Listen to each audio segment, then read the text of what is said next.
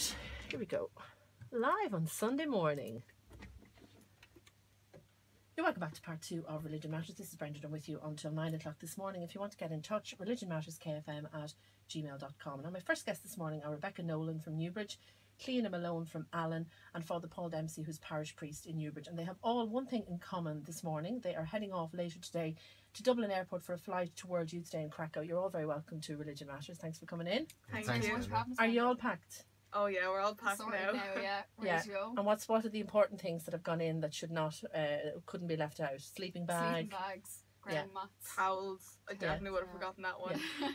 And the really important thing is, Brenda, it's Father Paul here now. I have to go with a bag that's going through the hold with hair dryers and hair straighteners and all. So if I'm stopped at the airport, I'm in serious trouble. You are in trouble. Yeah.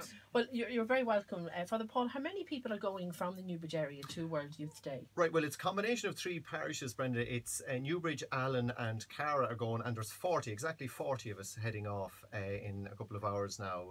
So we're really looking forward to it. So there's been a tremendous response, really, from basically most of the pilgrims are from the schools in Newbridge, from the Patricians, the Holy Family and St. Conet's Community College. Back, a number of months ago now, it's September, October, Father David, who's going with us, and myself would have visited the schools and went into various classes and so on. And we were delighted with the response that came from the young people in order to go on this very special journey together to Krakow for World Youth Day. So that's a big number for the Newbridge area, isn't it? It's a huge number, yeah. Like there are 130 going from the diocese, so 40 of them are from Newbridge, Allen and Cara. So you can see the high percentage of the group that we are, which is terrific. Yeah, and that's a lot of, as you said, down to the work of the leaders and the schools and the teachers. And we've Sister Kate is here in the corner now. She's not on voice with us this morning, but we have to say hello and welcome to Sister Kate from the Holy Family Secondary School in Newbridge as well. A regular listener to Religion Matters, so it's lovely to have you listening live in studio this Sunday morning. So Rebecca, if I can come to you, you're from Newbridge. How old are you? I'm 16. And is this your first World Youth Day? It is. I'm very excited. Yeah. And why did you decide to sign up to something like this as opposed to anything else? Well, I've always been very involved in the church. I've been an altar server since I was 10, and I now do collection every Saturday evening.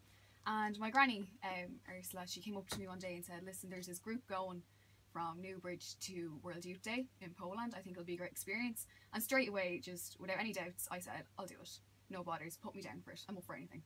Yeah, and how have you found the preparation? Has that been important for you? It has, we've done an awful lot of fundraising for it, and there was days you were standing out in the rain with buckets and just looking for absolutely anything we could get.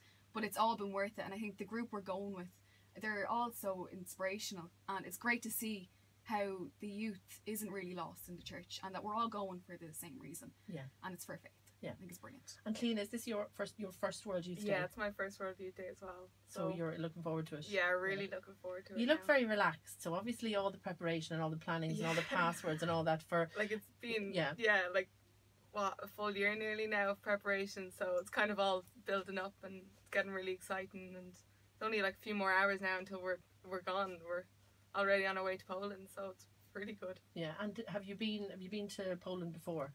Yeah, I was actually in Poland a month ago in the same place. So so you're the advanced party, you're the expert. Yeah, one of the advanced parties anyway, so we'll see how it goes. And Father Paul, why is something like World Youth Day so important for the church to really engage with?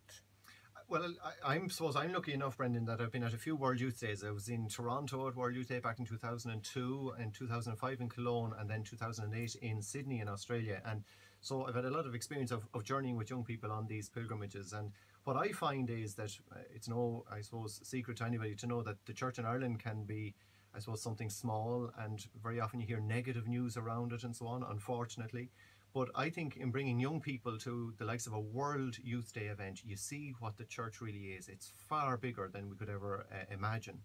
And to see the life and the energy of the young church in the presence of the Pope, the Holy Father, is just fantastic. And I think it's great to give young people that experience of being part of something far bigger than themselves, and to see young people from all over the world not afraid to say that their faith is important to them. I think that's a great support to young people today who still see their faith as being very important to them, but as I say, just to open up that whole worldview to them as a world church, I think is a tremendous thing to do. That's why I'm delighted to be accompanying the young people on this pilgrimage. Yeah, and with the World Youth Day, the age group, the official pilgrimage group, is 16 to 35. So I presume you just fit in under in that. I did. Just this year. Yeah, just this year. I just made it in.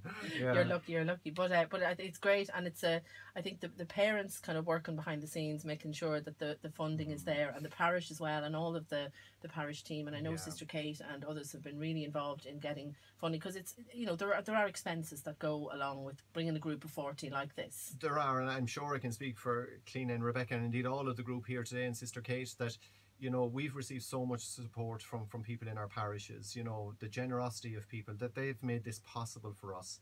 So I think this morning it's very important that we thank everybody who has supported us in so many ways for this trip that we're about to embark upon. And I find myself as a priest in Ireland and in Newbridge at the moment, that in fairness, people often ask me, well, what are you doing for the youth, Father? It's a question that's always coming up in parish.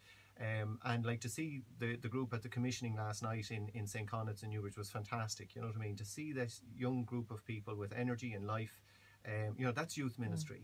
There's a lot of young people out there who are so excited about their faith, and it's great to be part of their journey, and it's great to be with them on this pilgrimage to Krakow later today, please God. Rebecca, do you feel that young people are stereotyped in the church? When you read stories in the newspapers about, there's no young people going to Mass, how does that make you feel? Because you're obviously heavily involved in your parish. Yes, I do think that we can be stereotyped. An awful lot of teenagers can be anyways. But I think this shows, like, the turnout that we got and the response that we got from every single person in our group going to World Youth Day. It really, it shows different, like. As I was saying, there was days you were standing out in the rain looking for money, like, and there was never any negativity from anyone in the group. Everybody participated, everyone did their bit, and we had the crack, like, and we had a good laugh at it as well, and we all got along, we got to know each other. And some people are going over there, they don't really have a faith, and they're looking for one, and I think that goes to show that they do care, that there is still faith in Ireland. And young people are still searching for something. Definitely. Maybe that hasn't been, I suppose, put right in front of them by the church. Exactly. And with the influence of everybody else going, and just the support and the motivation, I think we're all going to have a great trip, and we're really going to just reconnect. Sure. I think too what Rebecca's saying there is really important. The way you can have fun and cracking all together. Like, sometimes faith is seen as something boring or old-fashioned or something like that. In fact, it's far from it. And this trip that we're going on today, and please God for the next week, shows that actually, faith can be fun, and it is fun, and that's what it's all about. I mean, I've said it many times, faith should flow in the same way from one thing into another, from sport into movies, into culture, into television. It shouldn't be this thing that's compartmentalised and boxed off within people, so much so that they're afraid to express their faith on their sleeve. Are you hoping that by being with up to 2 million other young Catholics, that it will give you additional courage, Rebecca and Cleena, to not be afraid to wear your faith on your sleeve? Oh, definitely. Yeah, like it's going to have a big impact on all of us.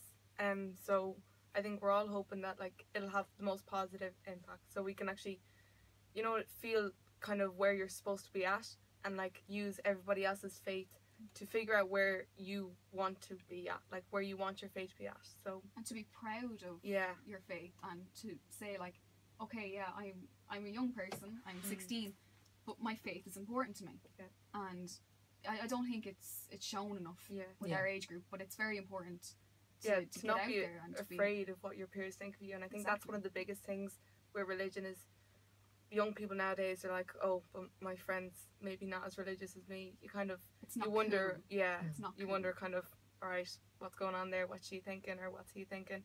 So I think that's kind of the biggest thing, is you're going to be around peers, people your age, who kind of have the same thoughts as you and kind of believe in the same things as you.